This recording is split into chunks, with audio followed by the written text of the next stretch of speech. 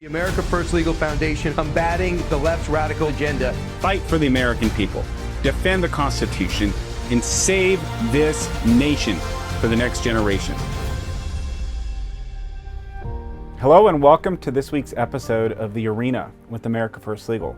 This is going to be an episode that you are going to want to tell your family and friends to check out. I guarantee it. Why do I say that? Why does Gene Hamilton think that you are going to want to spread the news about this episode as compared with any of our other episodes?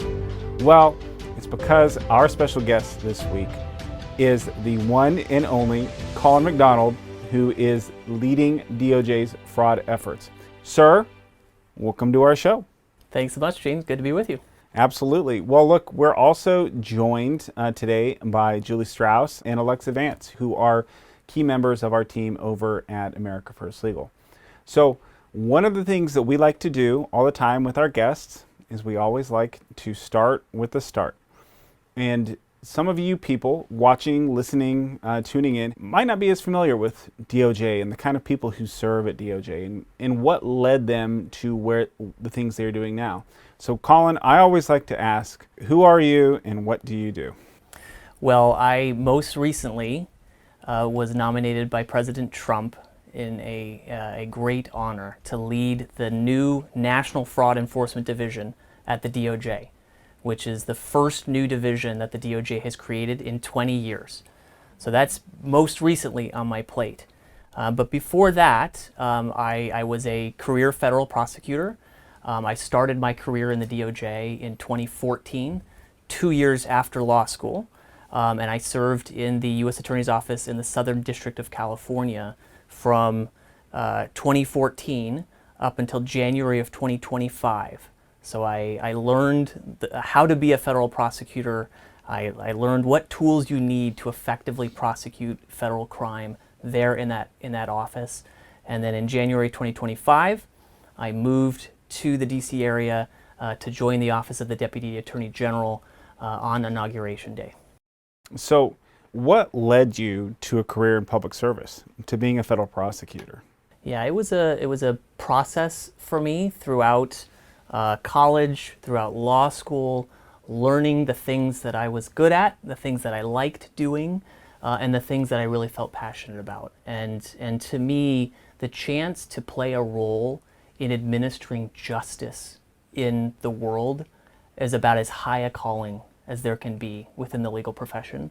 And so I was very much felt a magnet towards public service and towards doing the work of a prosecutor, which is standing in the gap between victims of crime and those who have perpetrated crime, and being the voice of justice in the courtroom to make sure that the right thing is done and that the public can have confidence that justice truly does work. So I find that to be incredibly rewarding and a very enriching experience. So if you're sitting here and there is a young lawyer or a law student or a soon-to-be law student, and they're sitting across the room from you, and they say, "Sir, why should I be a prosecutor? What is it that you think is attractive to a young person?" What answer would you give them? Something along the lines of what you just said? Or, why should a young person try to go pursue a career in criminal justice? So there's lots of good space in the legal industry across the board, civil practice, criminal practice. In my view, practicing criminal law and standing up for the rule of law and speaking out for victims and ensuring that justice is done is a great place to use your talents and to use your skills. And the chance to be able to really let's say at the end of a case where no one has believed a particular victim before, but you did, and you put your skin in the game to work harder than anyone to achieve justice for a particular victim. And at the end of that case, you get to look that victim in the eye and you can say, I listened to you, I believed you, and we put on the best case that we could, and the jury believed you. They listened to you, they believed you, and justice has been done. That moment above any moment, I think is sweeter and more fulfilling than anything you can experience in the law. And so I would encourage young attorneys to think not just about what they can do for themselves, but what they can do for the victims of crime around them, to bring healing and really a restoration of joy. And we can do that. That's what justice is designed to do. It's to restore confidence, it's to restore hope, it's to restore joy. It's more than just the guilty verdict and the sentencings. It's actually the restoration of confidence, hope, and joy. And I think that's an exceedingly beautiful calling. And I would welcome young lawyers to really look at that, to see it as not just a stepping stone, but as a destination for them in their careers. So I think what you said is actually really beautiful, the way you laid it out. And there are a lot of people who think they know what a prosecutor is. They see whatever dramas on television. And this may seem like a very simplistic question, but explain to people, what does a prosecutor do? How do you select your cases? How does DOJ staff prosecutors? You're a young attorney. What do you get to do, not get to do? Just kind of walk people through that. I think that would be an interesting, comparison to what I see on television, what I imagine versus the overlap, reality or not. Yeah, no, it's a good question. I think what does the public see? They see indictments, they see trials, they hear about sentencings, right? That's kind of like most of what the public sees. And that's sort of the 5% of the work of a prosecutor. Most of the work of a prosecutor is working with law enforcement agencies, building relationships with agents and analysts to be able to receive case referrals. And that's how it would start. An agency would come to you, say it might be the FBI, and they might say, hey, we have this fraud case that we think is worthy of a federal prosecution, and let us pitch it to you. So then you'll sit with the agents, and they will describe, this is the scheme. Let's say it's like a home care scheme where there's a program made available that's designed to help the elderly stay out of nursing homes to be cared for by the people that they trust the most. And so those family members can be paid to provide that service for their elderly relative. But let's say the FBI has learned that, in fact, the patient didn't need that care and the family member wasn't providing it, but they were billing the government for it. So the FBI might come to me and they might say, hey, we've got this scheme and we think it's worthy of a federal prosecution. That would then kick off a collaborative effort with the agency that's brought it to my attention, and we would then work out the investigation to determine what's true, what's false, what's provable in court, what's not provable in court, to then make a charging decision in that case. But that's how it starts, is the investigative agencies come to you with a case referral, and then you would work with those agents to bring the case to fruition, either by virtue of bringing charges or by declining a case. And maybe in your investigation you learn new facts that demonstrate that no charges are warranted in a particular fact pattern. So when you hear the quick sound bites on television, law enforcement's bad, whether it's at the local level or FBI or whatever, and you get the other side, if you will, saying we need to do away with law enforcement. Why can't we have social workers go into a situation? Not only do they have an agenda with which many of us disagree, but they also are not conveying what you just said, which is in order for you to do your job, you need that collaboration. You need the boots on the ground, so to speak, of law enforcement to bring to you what the problems is. It's like it's not living in a vacuum. It's a very collaborative process between law enforcement that enables you to do your job. And I assume that through the entire process, it's not just you say, okay, thank you, see you later, bye. It's a continuous relationship that you have with the FBI. Yes, that's right. From day one of a case to the last day of a case, you are with your agents. You live the case together, you investigate it together, you go to trial together. So if you are in a federal courtroom and you look at the defense table and then the podium in the middle and the prosecution table closest to the jury, because the prosecution is always closest to the jury, at the prosecution table there'll probably be two attorneys and then there'll be a third person. And who is that third person? It's the agent. It's the lead case agent is actually sitting there at the table with the prosecutor, because of how important a role they play in the prosecution and in the trial. So you're right, there is no prosecution without law enforcement. It doesn't happen, and it cannot happen, because they are the ones to develop the evidence, to interview the witnesses, to make sure that subpoenas are served on witnesses before trial. They do all of the hard work to then develop the case, to then present it to the DOJ for prosecution. And then we have tools that can perfect investigations, such as grand jury proceedings and grand jury investigations that can be tailored and added on to the work of law enforcement. Yeah, it's such an emotional involvement, right? I mean, it's not like the 30-minute whatever TV drama where you're in or you're out. It's years in some cases, right? It very much can be. The wheels of justice need to move quickly in order for the public to have confidence in justice. They don't always move as quickly as people would like them to move, because cases are complicated. Cases are tricky. You have to be methodical and relentless. I would say a key word for a prosecutor is to be relentless, to be able to push past the hurdles to keep the investigation moving. Some of my cases, I investigated them for 4 years before reaching a charging decision. And then the case lasted for another several years after that, ultimately culminating in trial, multiple years after charging. So you might live a case for 8 years from the start of the investigation to a final sentencing. And that sort of relentless pursuit of justice is one of the core attributes of a prosecutor. That's awesome. I mean, there was a really great description, really great discussion of prosecuting and the need for prosecutions in this country. And there's a lot more about that particular issue that I think I would like to ask you, maybe in a little while.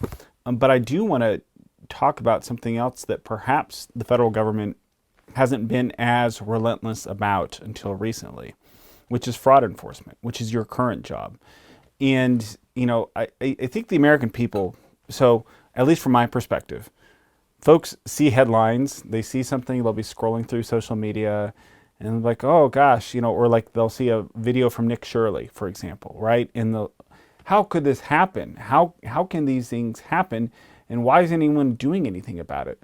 So you are now the person who is responsible for the federal government for really leading the efforts to stop fraud in federal programs and to enforce our laws in a way to ensure that we're protecting resources for the American people and not letting people take advantage of the American taxpayer. So I'm not asking you for the government's official position. I'm just asking you from your perspective. Why do you think that no one else until Donald Trump in this administration had a consolidated effort to combat fraud in federal programs? Do you think it was apathy? Do you think it was a lack of the ability to gather the right kind of information in an efficient manner? Or what is it that you think led to the creation of this particular division? So I think there's a couple different factors historically. A lot of them are resources, the resources made available to be able to combat fraud. And just one example of that, if there's a violent crime that happens on the streets of, you name the city, and the U.S. attorney there is faced with the decision as to whether they're going to put their resources that next day into solving that violent crime and bringing charges against the perpetrator or against a let's call this snap fraud case, right? I think all of us would know what the right answer is in terms of if it's binary, if you can either do one or the other, we would all agree you should do the violent crime and you should bring that actor to justice to ensure that that justice is done there. So that's been a dynamic historically where there have not been dedicated resources brought to bear to ensure that we have the bandwidth to be able to focus solely on fraud and to work that problem as hard as is needed. And so the president, at his leadership and with his direction, we're breaking through that to be able to relieve the U.S. Attorney Network somewhat of that binary choice, which is it's either one or the other, so that we have now a fraud division that can take that slight burden off the shoulders to say, hey, we're here to help. We're here to help where there's that fraud case. We can help take that case. We can work it with you, and we can supplement the resources in a very complementary way to ensure that we can do both now. It's not just one or the other. So that's the vision that the president has set in motion, and I think also his the bringing together of the whole of government to really identify the scope of the problem for the first time. I think there was some hesitance against really adding up all the numbers to see what damage was being done to the taxpayers' wallets every year, but the president was not afraid about doing that. Let's add the numbers up and see what damage has been done, and the damage is extreme. GAO a couple years ago did a study of where they calculated $230 billion to about $530 billion annually in fraud, waste, and abuse against the taxpayer. And some models are even higher than that, in really more than $1 trillion every year. So the president had the courage to actually tally up those numbers and be honest with the American people about what's happening with their money. And that courage has now sparked a vision, which is to do something capable of actually solving it. And so that's what we're doing at the Fraud Division, is trying to build a big enough apparatus where we can actually wrap our hands around the problem and not just sort of take bites out of the problem, because that's what we've done historically. Right. And prosecutors and agents have done well in history to try to do what they can, individual heroic efforts, I would call them, to try to chip away at this problem. Now what we're wanting to do is build on those individual heroic efforts of agents and prosecutors who have long labored in this area, but to give them the infrastructure and the support and the resources and the cavalry that can come in and actually do it at the rate that we need to do it at, given the scope of the problem. So back in, God, I mean, it would date me, so I won't say when, but in the past, there were members of Congress, senators, who would have signs that they would put on the Senate floor, and they say, "Oh, well, there's this waste, fraud, and abuse is costing this amount of money," or the government's spending on this wasteful program. They're teaching guinea pigs how to dance in Guyana or something. I don't know. So that's one example of Congress intentionally wasting the taxpayers' money. So setting that aside, so that's one, and people, this is why people get elected. They get to make these decisions. They get to vote on those types of proposals. But that's one way the American taxpayers' dollars are being used. And so what we're talking about here is these are the actual programs, though, that are intended in most cases to benefit the American people. Yes. And there are bad actors who are doing things to steal from those programs, not from those programs, from the American people. It's money out of every single worker across the country who gets earns a wage or pays taxes through some manner or mechanism. It is taking their money and funneling it and redistributing it to bad actors. And it could be organized people, it could be individual fraudsters, those happen. It could be criminal networks, it could be going abroad, right? The funds could be going abroad and facilitating all kinds of activities that we know we do not support. So I guess my question to you is now, given the creation of this, given the president's leadership, given the administration's focus, the vice president, chairing this task force, this cross-governmental task force, how do you think things are going? And where do you think we'll be 5 to 10 years from now as a result of your efforts today? So starting with the last question, where will it be 5 to 10 years from now? My goal is deterrence. So it's not necessarily proliferating prosecutions year over year over year. It's actually reaching a place where we have affected change in the current ecosystems of fraud that exist, that we've changed those ecosystems so that people are actually making different decisions. They are realizing that the arms of justice are long enough to actually touch them if they decide to defraud the United States. And so they are going to change their decision to decide to not defraud the United States. That is the best result for the American people, is that money is actually going where Congress says it should go, and not into the pockets of the fraudsters. So that's where we need to go, and that would be the best case scenario for America, is that people's minds are actually changed by virtue of what the Justice Department does. That's the best case scenario.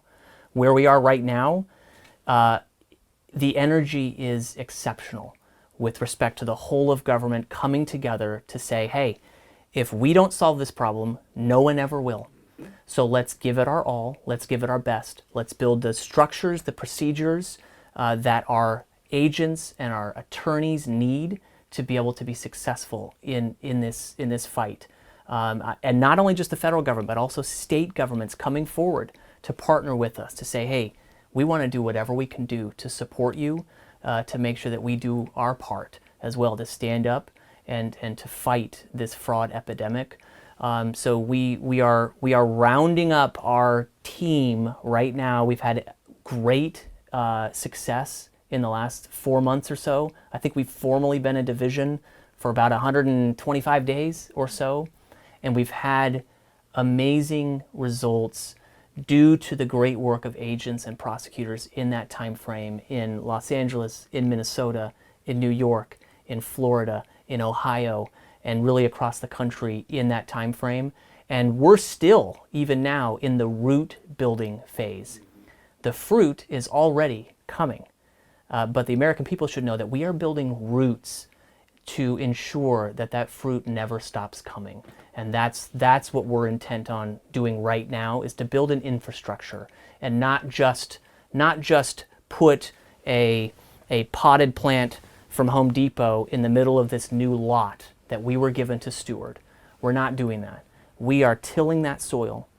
We are fertilizing that soil. We are putting a watering system in, and we are planting an orchard that will bear fruit for the American people for a long time. And that's my vision. That's the president's vision. That's what we're executing. The American people see the fruit, but they should also know that we are building roots right now to make sure this fruit does not stop coming. So I think a lot of important points were made, and one thing that really resonates with me is you talked about the big signs that members of Congress will put up, you know, the $5 million gold whatever at the Pentagon years ago, and it really bred a degree of cynicism on the part of the American people. Like, there goes Washington spending our tax-paying dollars.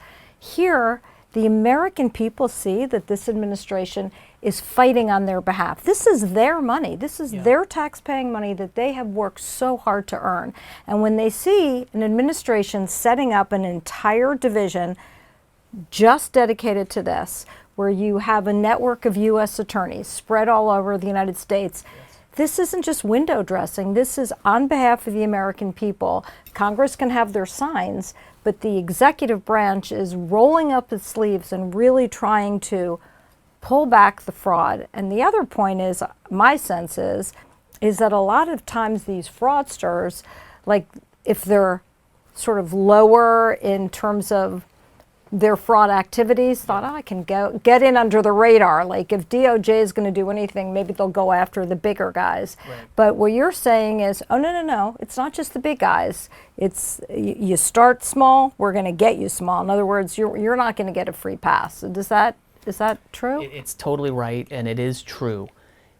There should be no tundra of fraud that's immune from federal prosecution.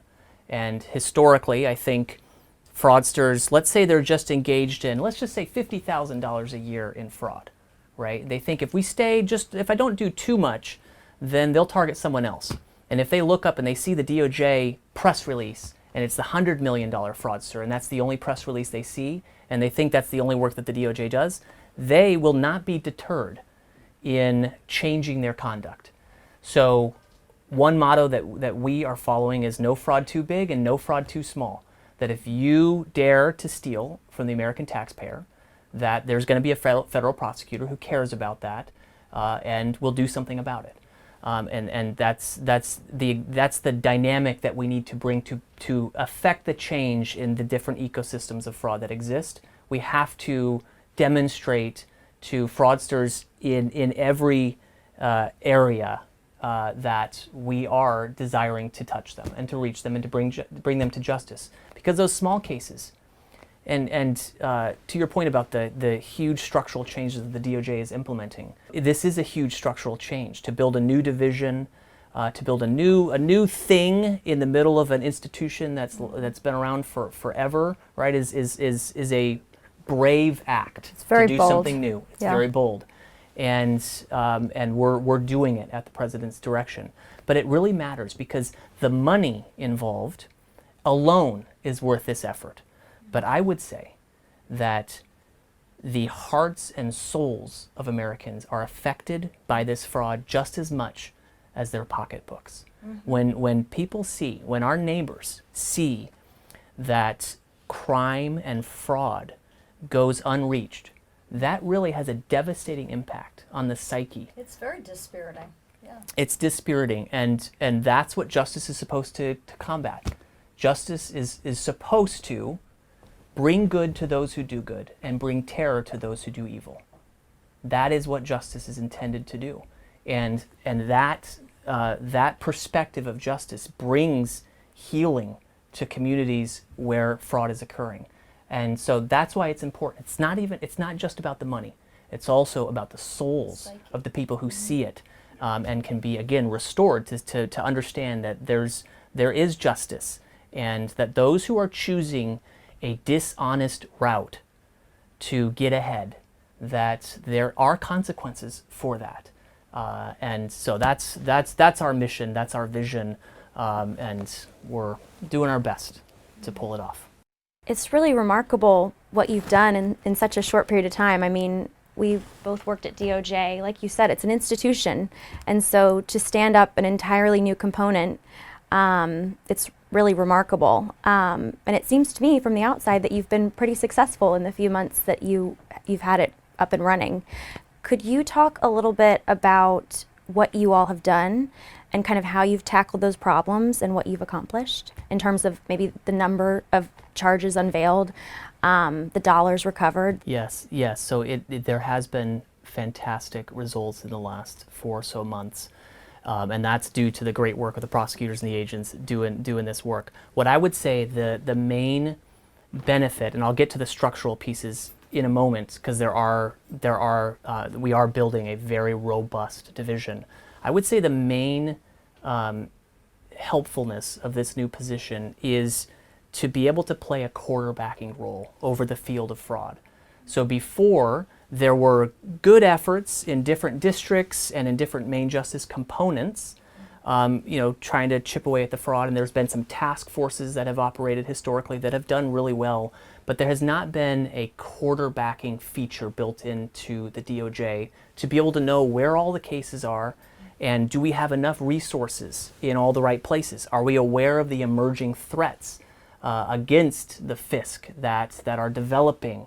So one thing that I've been able to step into is to build the relationships with the U.S. Attorney Network, with the OIG network, with federal law enforcement, to be a place where they have a front door. They now know where the front door is to be able to refer a fraud case and to have one number to call to be able to actually get their case in the door. And so even just that structural tweak has been very beneficial to make sure that there's never paralysis at any phase of a case. You never want paralysis in a law enforcement endeavor. If there's a case, you want movement. And so before, there were many miscellaneous doors to the DOJ that a particular investigative agency might go through, but they might not know which was the right one, or which one to open, which one to knock on. So just creating that structure, and we're still perfecting it, but building that structure has allowed us to have a better vision of the field of fraud, so that then we can know, where are we doing well? Where are we not doing well? Where do we need more resources? Where do we need a little more effort? Right? So that has been a great development, even beyond the structures that we're building. But the structure that we're building, we're heading towards about a 500 employee division within about 2 weeks from now. Wow. So we will have That's crazy. That's remarkable. Yes, Really remarkable. it is moving towards a very large division.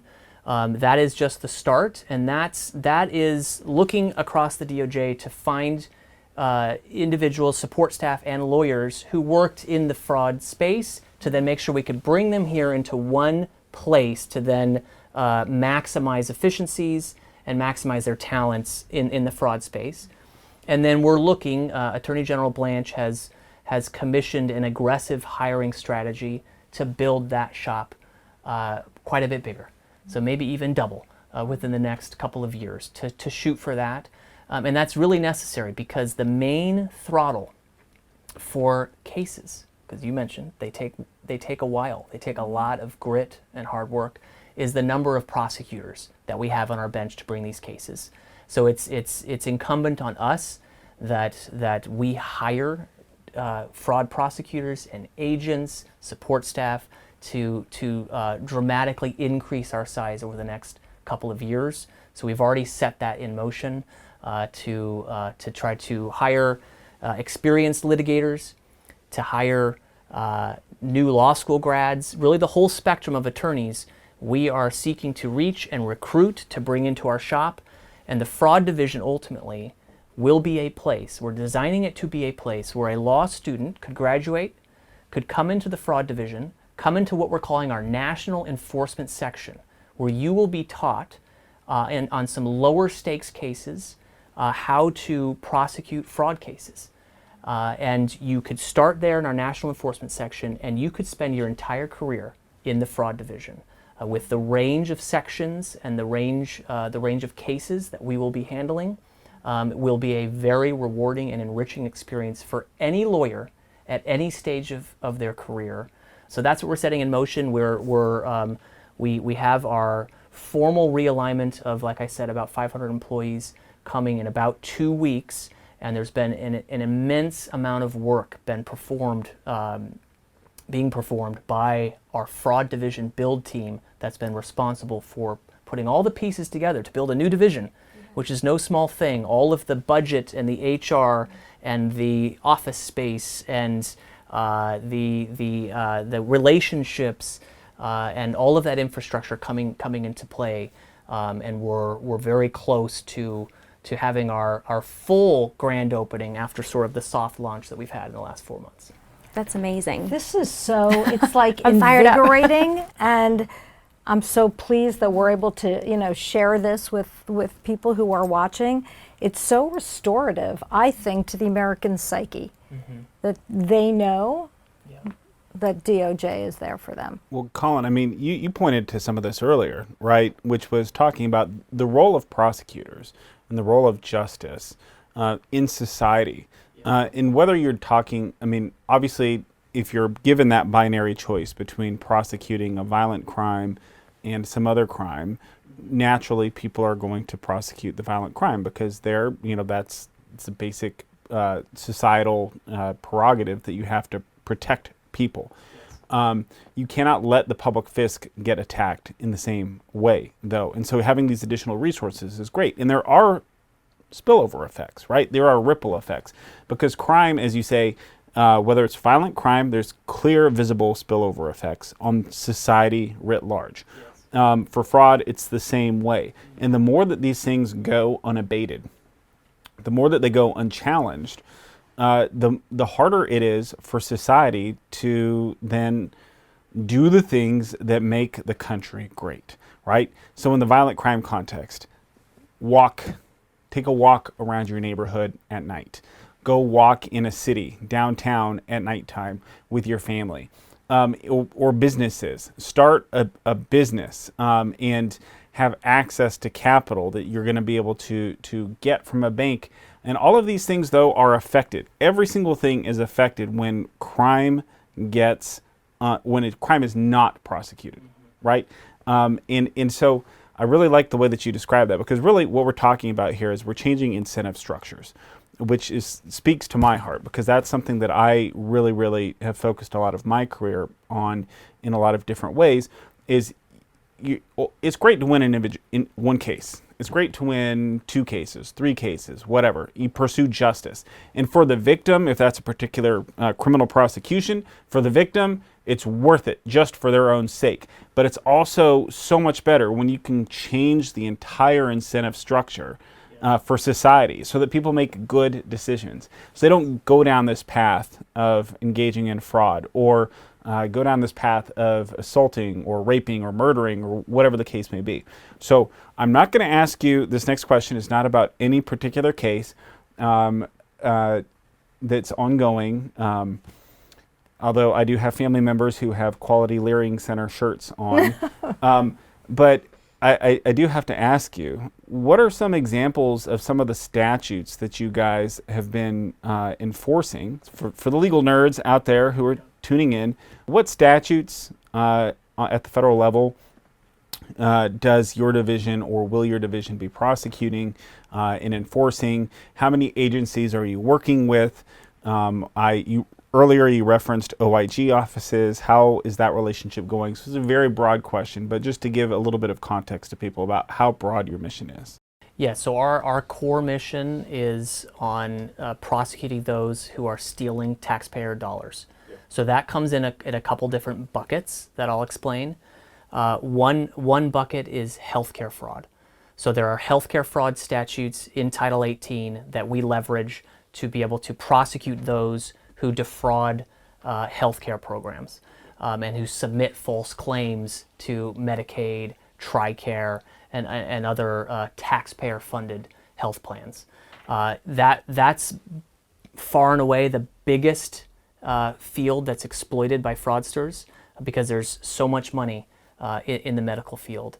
And we recently had our healthcare fraud takedown in June with record numbers of defendants charged in healthcare fraud schemes. And those schemes are not just like paperwork errors, they actually affect patients. So in one example, there was a doctor who was supposed to conduct certain heart testing for high school athletes. And so here was this high school athlete who showed up to be cleared to be able to play basketball in the next season. This particular doctor, according to the allegations, and they are only allegations at this point, the allegations are that the doctor failed to do any due diligence whatsoever, cleared the student within seconds of looking at the scans, and gave the thumbs up for this student to play in that next basketball season. And several weeks later, the student died because he in fact had a heart condition that should have disqualified him from being able to participate in this sport. So that's one example of, and this was a doctor who, according to the allegations, was engaged in a fraudulent scheme to just bill as rapidly as possible, get ripped through as many patients as possible to be able to just earn money from the taxpayer. That's one example. Another example is in different skin graft schemes, where there was this loophole where each centimeter of a skin graft could be the provider could charge the taxpayer about $1,500 per centimeter for skin grafts, okay? And so there was this rapid escalation of claims out of the blue, where suddenly a much larger population in the United States of America needed skin grafts. But it wasn't health-driven, it was profit-driven, and there's been a number of cases that have been charged in this skin graft area where the elderly, for instance, would be told, oh, you need this, you really need this skin graft, you really need this, we really highly recommend this. And so what's a patient to do when they're trusting the person in the lab coat to say, this is my expert opinion as what's needed for you? But in reality, their bodies were just being used as pawns to be able to perform that medical procedure that was unnecessary, and then bill the citizens hundreds of dollars per centimeter. So these cases in the healthcare fraud industry not only are robbing Americans of their dollars, but they're also robbing Americans of their dignity. Because we are most vulnerable, I feel this way, most vulnerable when we walk into a doctor's office. And we're trusting that doctor, sworn to an oath to do no harm, in fact, is making medical decisions based on medical necessity and what's in your best interests. And that's not always true, sadly. And so that's one area, is healthcare fraud programs. And so we work with HHS and CMS. We work with Secretary Kennedy, is a leading champion of this and has revolutionized HHS's efforts in this regard. And Dr. Oz, the same thing. He has energized CMS to rebuild its program for identifying fraud and investigating fraud, and has done a great job. So we partner with HHS in those efforts. And HHS OIG is the Office of Inspector General for HHS. It's a separate entity that's led by Inspector General March Bell, who is a great partner in this as well and does great work to team up with us to make sure that we have we know where the fraud is happening and that we can bring our resources to bear. So that's one large area, is healthcare fraud. Then stepping out of healthcare fraud is the whole range of government benefit programs that are made available to Americans, that Congress has said, hey, these are important programs we can give people a leg up and help them, whether it be food assistance programs through USDA, SNAP, whether it be small business loans through SBA, or different housing opportunities through HUD, or education opportunities through the Department of Education. And then, there's a range of other agencies that have programs that help Americans get into school, put bread on the table, and receive health care, etc. So that's another focus area of ours. And we're building a section that's never before been a thing at the DOJ that's called the Public Trust and Financial Integrity section. The Public Trust and Financial Integrity section. And that section will be devoted to those public benefit, taxpayer-funded programs to make sure that we can service the departments and agencies that provide these services and this money to the American taxpayer, and make sure that we are rooting out the fraud that's happening in those programs. Another area that we are standing up is our Global Trade and Commerce Enforcement section. And that will be focused on trade fraud schemes that rob the American taxpayer through another means, that being of evading certain duties requirements and tariff requirements that the law requires, and sneaking in products that dilute the power of American businesses and that also keep certain large amounts of money from going to the fisc. And so there's a range of trade fraud schemes that also affect the health and safety of American consumers, where foreign companies will rebrand certain products to make it appear as though they're safe products, but in fact they're not. And so like microwaves light on fire and things of that nature, where they are trying to mislabel them to sneak past the different rules of bringing products into the United States. This is also something that no section has ever existed in the Department of Justice, and we are building that out to make sure that the American taxpayer and our American businesses are not left out and are not penalized by virtue of unfair business practices being imported into the United States. So those are several areas that we're focused on. Again, healthcare being at the front of the line given the amount of money there, but there's many other agencies too with money that they give out. And then to your question about OIG shops, do you know how many OIG shops there are across the federal government? A lot. There are a lot. There are over 70. I think it's like 75, 76, right around there. And one benefit of this new fraud division is that we can be their point of contact. For those 75, they now know where to go. Again, the front door into the DOJ, and that's our goal, is to be the best servicer of these OIG shops that we can be.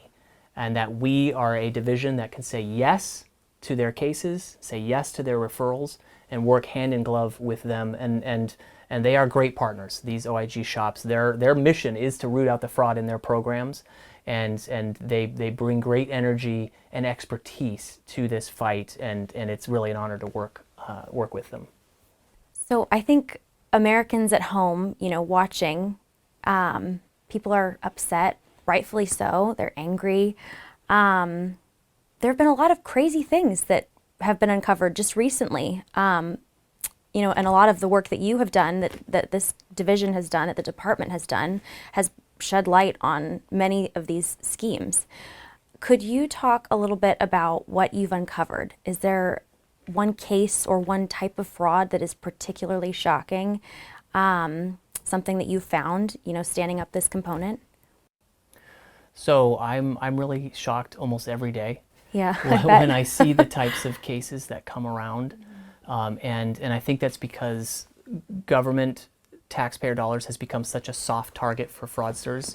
They used to have to duke it out in the streets and work way harder to be able to enrich themselves. They don't even have to do that anymore. All they have to do now is fill out a SNAP application, and then the government historically will just give them money. But there are certain fact patterns that I've seen that really are shocking to me and that are very disheartening. One example was a particular drug trafficking defendant who recently was encountered and was believed to be engaged in benefits fraud in addition to the drug trafficking activity. And his statement upon being confronted about that was, "Oh, everybody's doing this. Why wouldn't I? Everybody's doing this." So even the drug trafficking community, they are supplementing their drug trafficking proceeds by stealing from the American taxpayer through the form of Medicaid fraud, SNAP fraud, you name it.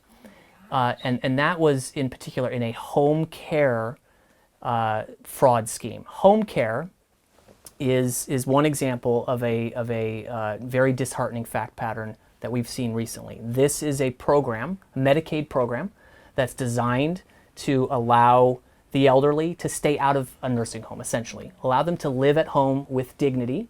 And instead of the taxpayer dollars going to the nursing home, because Medicaid would cover that if they were in a nursing home, Medicaid said, hey, let's try something innovative, and let's pay family members to actually service their elderly grandmother or mother in the home, because that just sounds like a really good idea, and keep people as comfortable as possible and in their own home with their family. Right.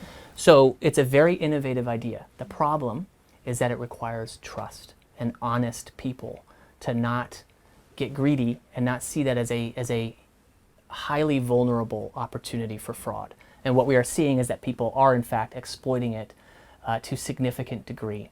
And there are fact patterns and recent charges, in fact, and allegations that there would be people who would conspire together, claim to be an elderly person who needed to be kept out of a nursing home, and that was the state of their health, but not be in that state at all, be capable of working and up on their feet, etc.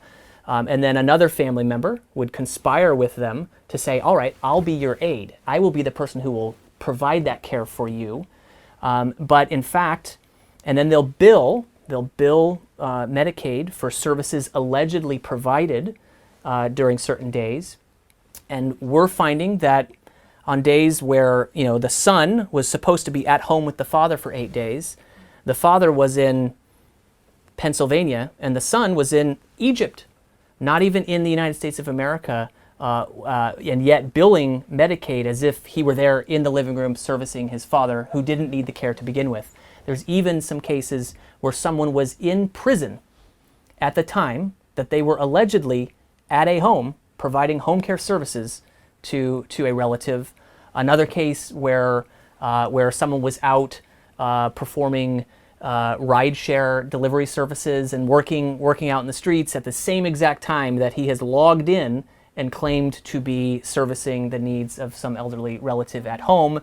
But through very good forensic work and very good investigative work, we can see, well, that person is not in fact at home. That person is in fact out there working another job, earning other money on top of the money that person is billing Medicaid. So we see these types of fact patterns again and again. We're seeing it more and more. We're uncovering it more and more, and realizing that trust-based system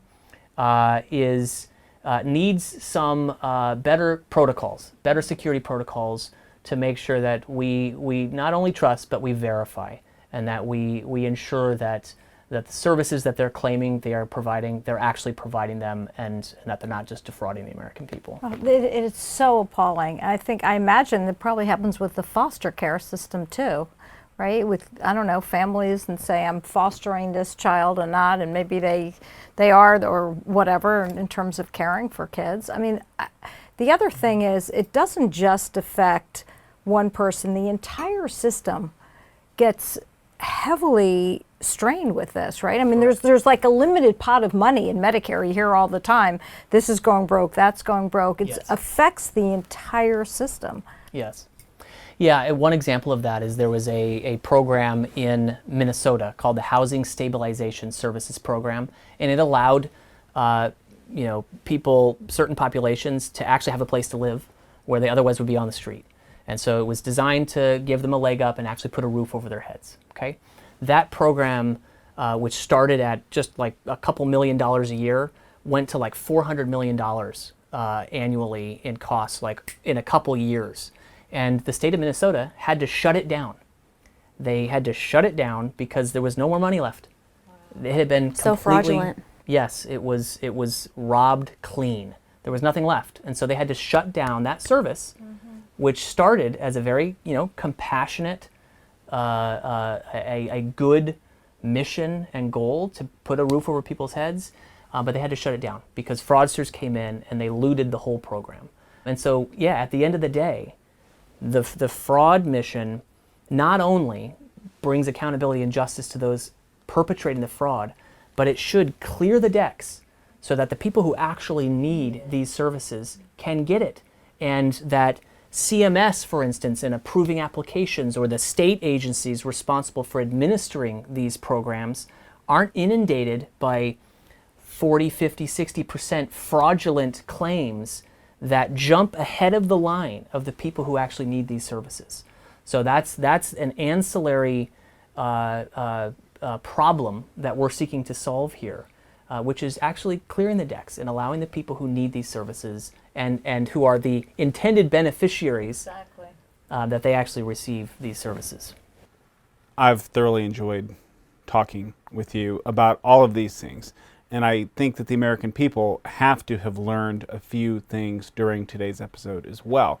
I don't know if you all realize just how much fraud has been going on out there, and whether it's because of resource constraints, limitations, ability to quickly distill and analyze evidence and aggregate things across disparate systems. Whatever the causes have been in the past, it sounds to me like the government's doing something about it. For once, the federal government is here, and it's here to help. And those are not scary words when it comes to combating fraud, which actually is one of the most highest uses of the government's time and resources, besides protecting safety, security, is ensuring that if it's taking money out of your paycheck every couple of weeks or every month or how often you get paid, that money is actually being used for the purposes that the people's elected representatives said for it to be used, and that it's not being stolen.